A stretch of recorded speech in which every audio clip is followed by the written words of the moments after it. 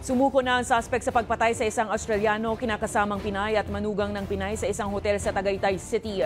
Ayon sa hepe ng Tagaytay City, sumuko ang suspect sa Tuwi, Batangas. Napag-alaman pang dating pool attendant sa hotel ang suspect, kaya tukoy ang kanyang pagkakakilanlan na siyang dahilan para matuntun siya ng pulisya. Ayon sa suspect, pagnanakaw at paghihiganti sa hotel ang kanyang naging motibo sa krimen.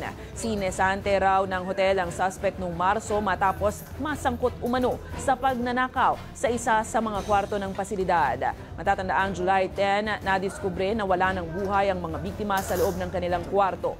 Ginilitan ng suspect ang Australiano at binalot ng packaging tape ang bibig habang tinalian naman ng mga kamay at paa ng dalawang babaeng biktima.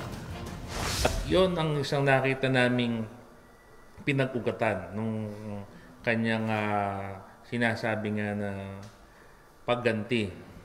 No, di umano siya ay tinanggal at yung kanyang pinaghinanakit at yon ang naging dahilan kung bakit gusto niyang gumanti sa management ng hotel.